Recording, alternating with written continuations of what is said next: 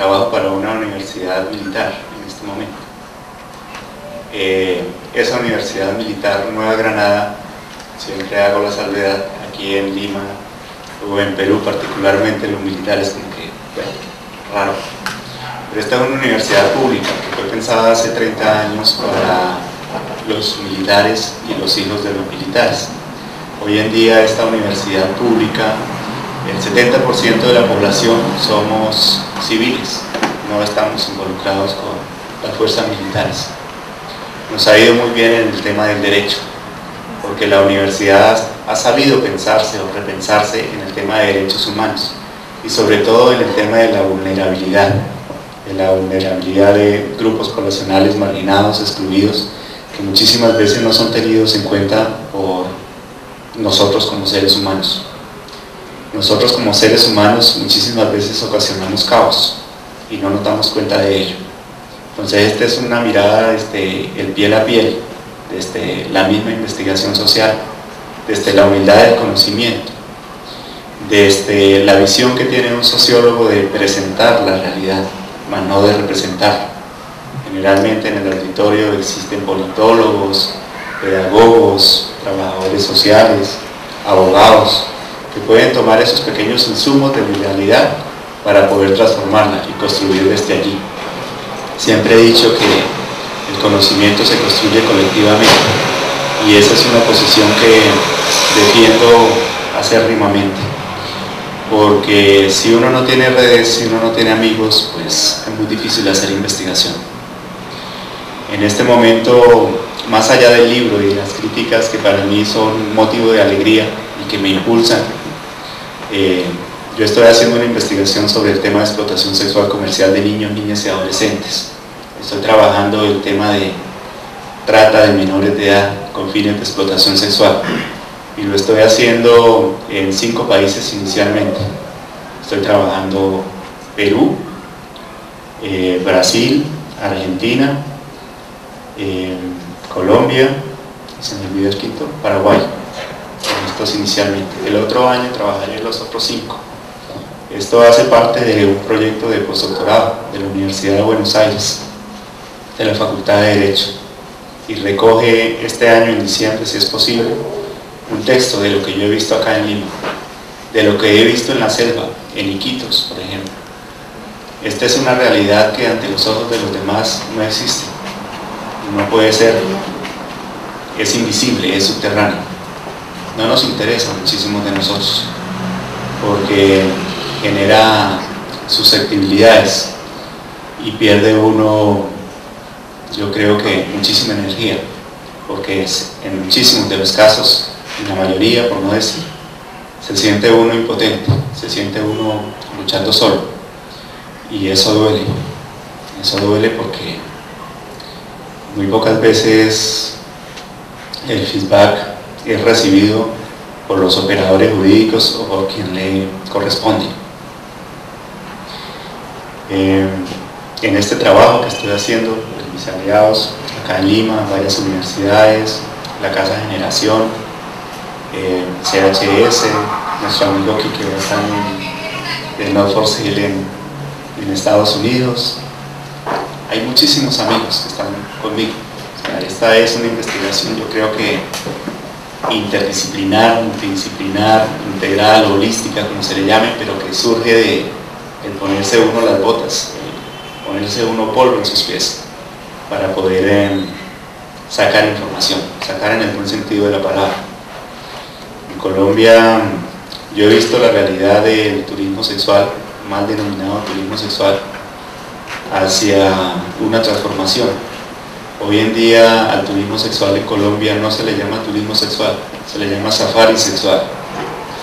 Muchísimos de estos países que son abolicionistas migran hacia América Latina, hacia Perú, hacia Bolivia, Colombia, a buscar sexo, no importa con quién, no importa la edad. Son hordas de alemanes, suizos, suecos, tailandeses, orientales que vienen siempre a tener sexo y no les satisfacen los estereotipos de mujer latina que tenemos, les satisface otro tipo población, que es el de los indígenas, un mundo que está totalmente desamparado, que tiene otras lógicas, que tiene otros imaginarios, otras creencias, otras prácticas, otras cosmovisiones. En Colombia están llegando mujeres belgas, por ejemplo, a tener sexo con indígenas de una tribu en el centro del Tolima. Esa tribu se llama Pijao. Los pijaos en su lengua natal significa pene grande. Entonces las belgas no son satisfechas por hombres belgas, tienen que venir a buscar indígenas. No importa la edad. Lo he visto también hacia la Amazonía colombiana, brasilera, peruana, donde el territorio es de nadie. Gente que para el mundo o la visión de un occidental es pobre, pero hay gente muy rica, porque lo tienen todo. Tienen la inocencia, tienen otro tipo de virtudes, no tienen esas necesidades secundarias que tenemos todos, la ropa de marca, el buen carro, sino ellos viven con el día a día, lanzan un anzuelo y ahí tienen su comida, recogen lo que les da la naturaleza, no se preocupan por nada más. ¿Y qué he visto en estas comunidades indígenas, particularmente yaguas, ticunas?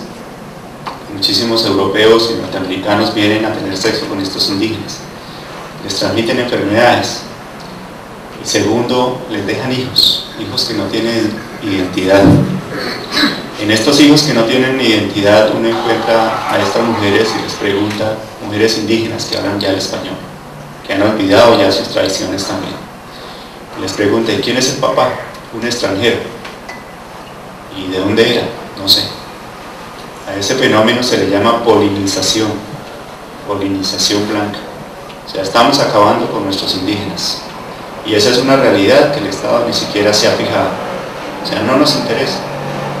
No es cuestión de política pública o de seguridad de Estado, cuando el Estado debería repensarse también, no desde el solo tema territorial, sino desde el tema de seguridad humana, de qué protección realmente le está dando a esos ciudadanos, a esas personas que forman parte de sus estados. En Colombia nosotros tenemos alrededor de 84 lenguas diferentes al castellano. Tenemos 64 etnias diferentes, indígenas, los raizales, las negritudes, los pueblos rum o gitanos.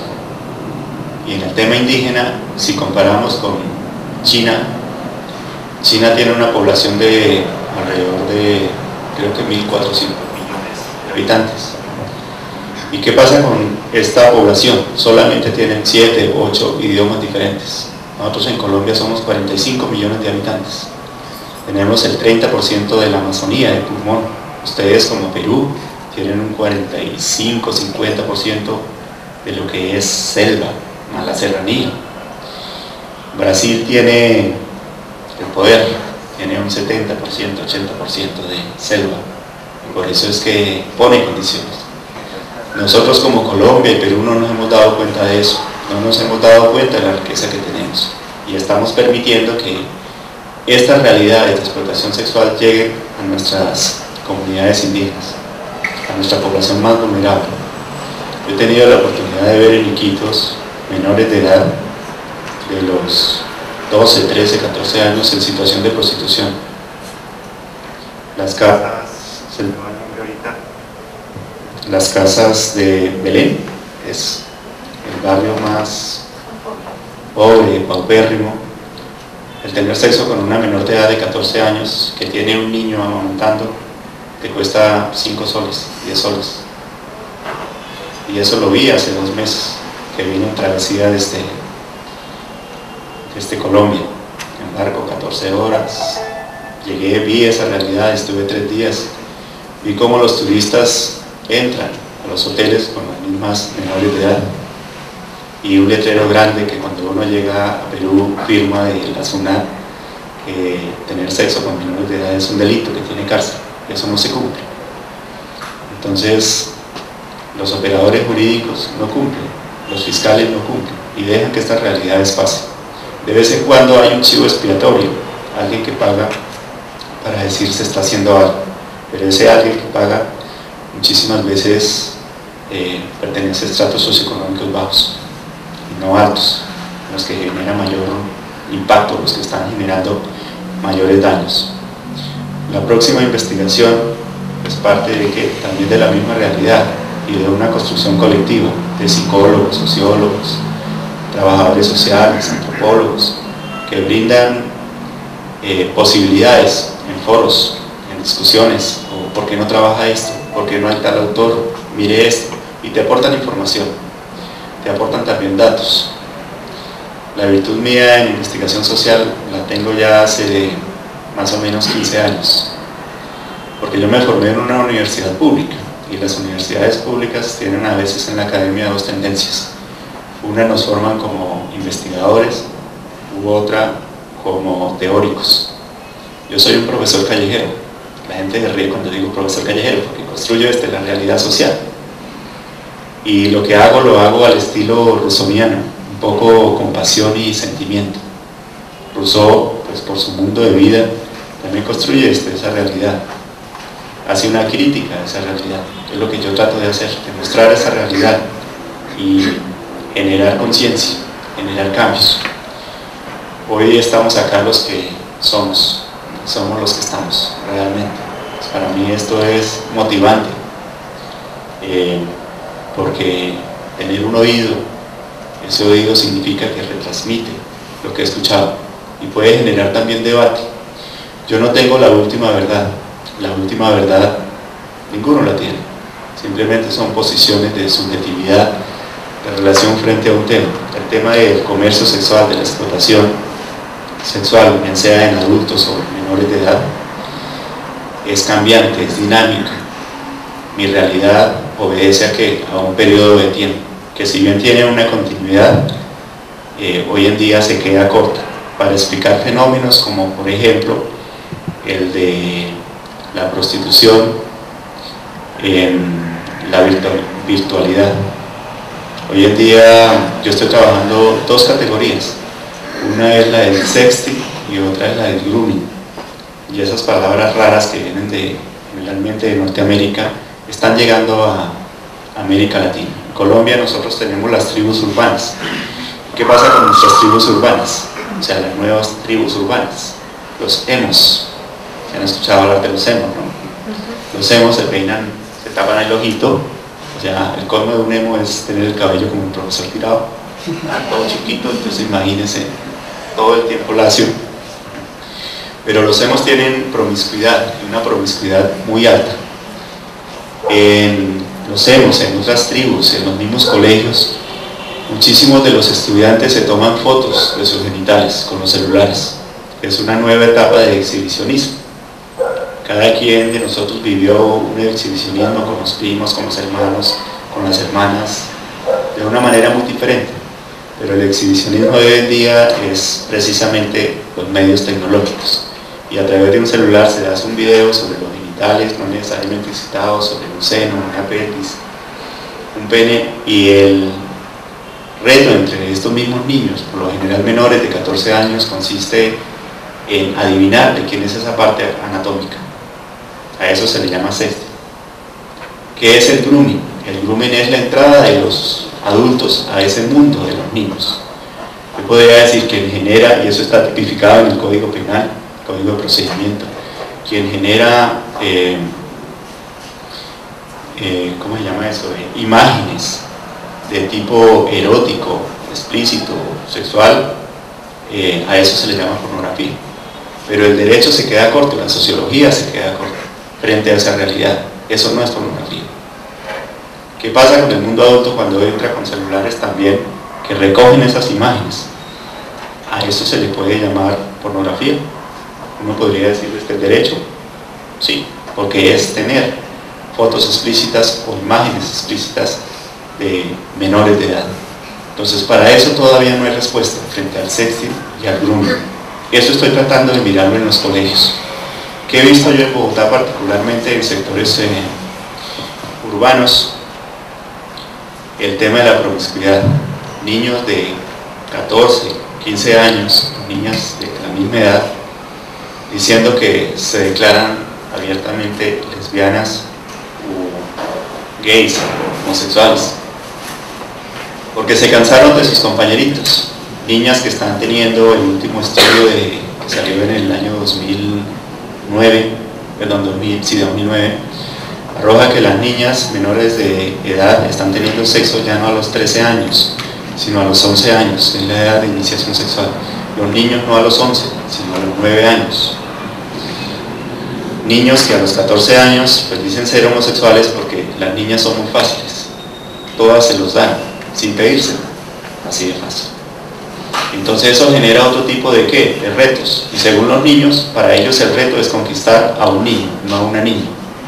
En el caso de las niñas que se declaran abiertamente lesbianas, uno les pregunta, ¿cuántos compañeros has tenido? Una niña de 14 años ha tenido 45 parejas sexuales, y no necesariamente de su misma edad.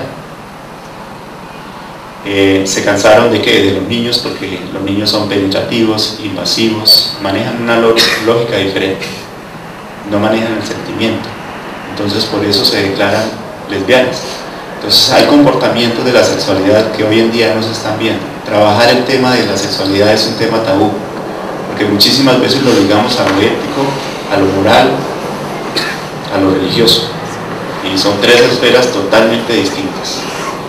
Entonces son cositas para pensar de qué está pasando con nuestra juventud. Acá en Lima he tenido la oportunidad de ver de cerca menores explotados tanto laboralmente como sexualmente, y eso deja secuelas, el DIL las deja. Entonces a veces uno tiene que sacar esos demonios, decir qué está pasando, y es una forma de denunciar. Los sociólogos, no sé si pase acá en Perú, si tengan el derecho al sigilo profesional, al secreto. Nosotros en Colombia no lo tenemos, porque no hemos sido capaces como sociólogos, a pesar de estar desde 1970 con el profesor Faz Borda, tratando de crear una asociación colombiana de sociología, y no hemos sido capaces de sacar una tarjeta que nos diga lo mismo que los psicólogos. Si hacemos investigación social, no tengamos que revelar la fuente. El hecho de sacar un libro significa sacar eso a flote. Esa es la información que van a leer los expertos, y a partir de esto es que ellos van a trabajar. Yo cuando hago investigación social no puedo sacar nombres, saco siempre realidades y estadísticas, muestro esas realidades para que las personas que tengan la función se ocupen de ello. Entonces hoy en día con título de doctor ya tengo patente para poder tener sigilo profesional y no tener ese problema. Entonces mi saber tirado ya ha entrado a un selecto grupo en Colombia que no lo hace más grande, sino que puede contribuir a los demás para mover también ese tema de la investigación, que podamos tener un secreto. El hecho lo tienen los psicólogos, los abogados, los médicos, pero los sociólogos estamos mal. No sé qué pasa en Perú con el tema de los sociólogos o los politólogos a veces. Los abogados siempre han estado en el mundo del derecho desde el pragmatismo, desde lo exégeta, desde esa mirada positivista que comentábamos acá con mi doctor. Y eso es peligroso, porque nos lo dice Mara Auger, un antropólogo, nos dice que la sociedad va tan rápido que muchísimas veces nosotros nos quedamos sin entender lo que está pasando, porque estamos atrás de esa realidad. Eso se llama la crisis de la alteridad. O sea, yo no me entiendo ni a mí mismo, ni entiendo el entorno, no entiendo lo que está pasando. Y estas realidades muy pocas veces las pensamos, porque no existen, no pueden ser, o no están pasando, o no interesan también, ¿no?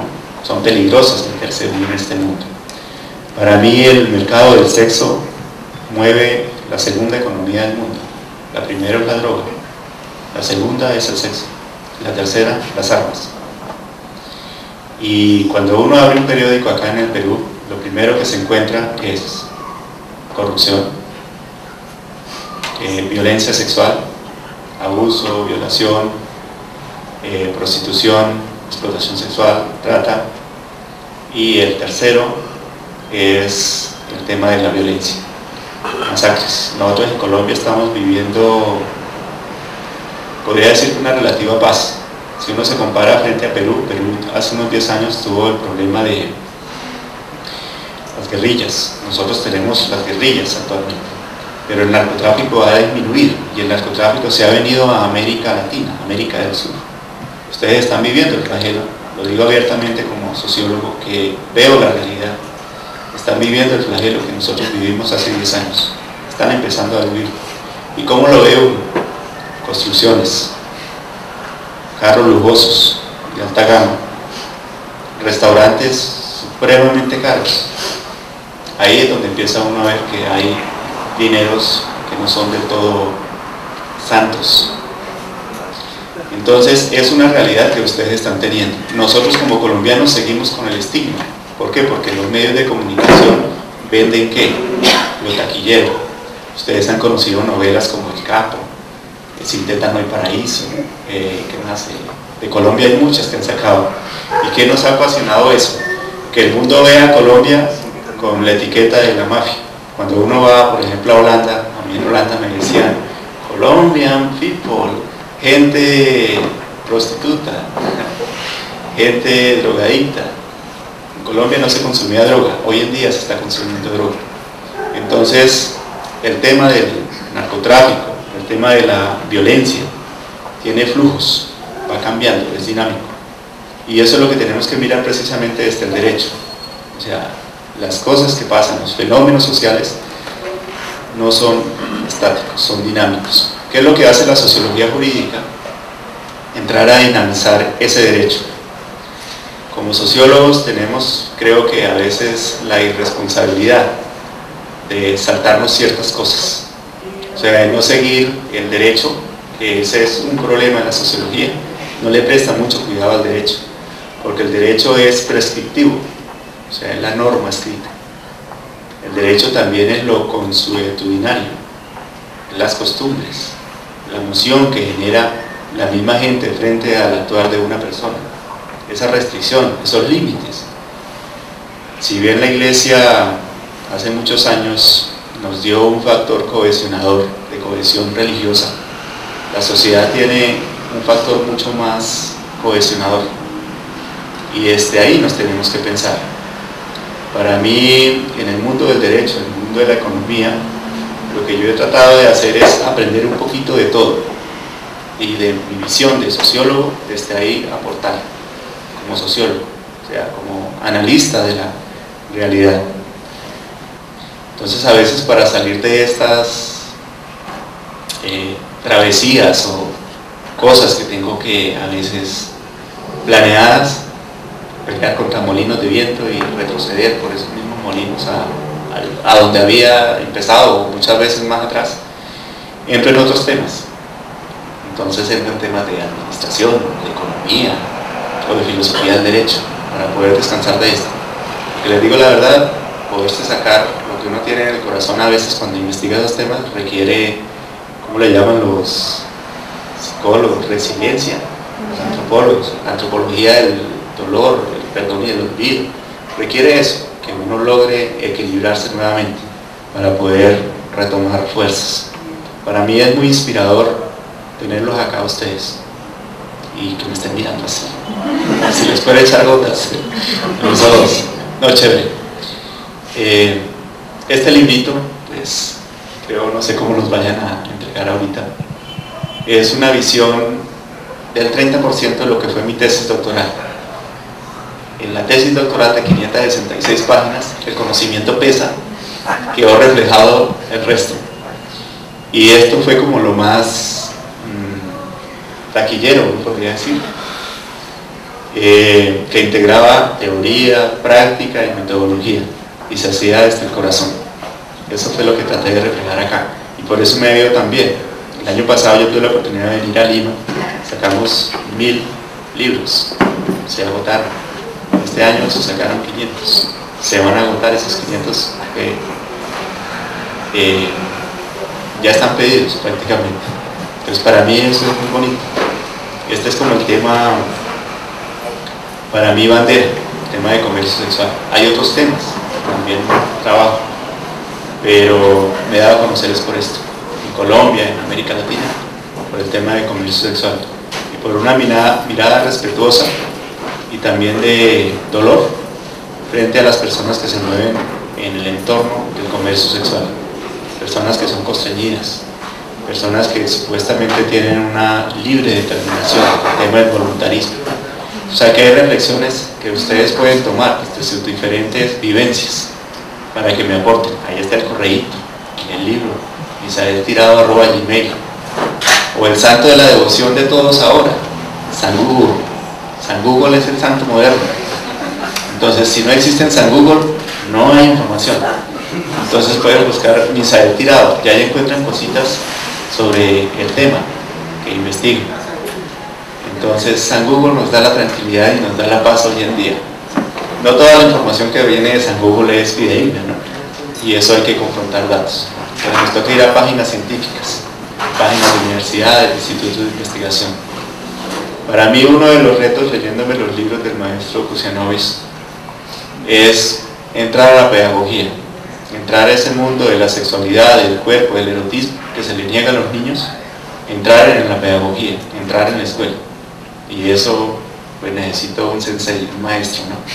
Pero son ilusiones que uno tiene en la vida. Gracias por estar acá, por acompañarme, por esa bondad que tienen de escucharme. Gracias Lucy, gracias Miguel, gracias Enrique, gracias a todos.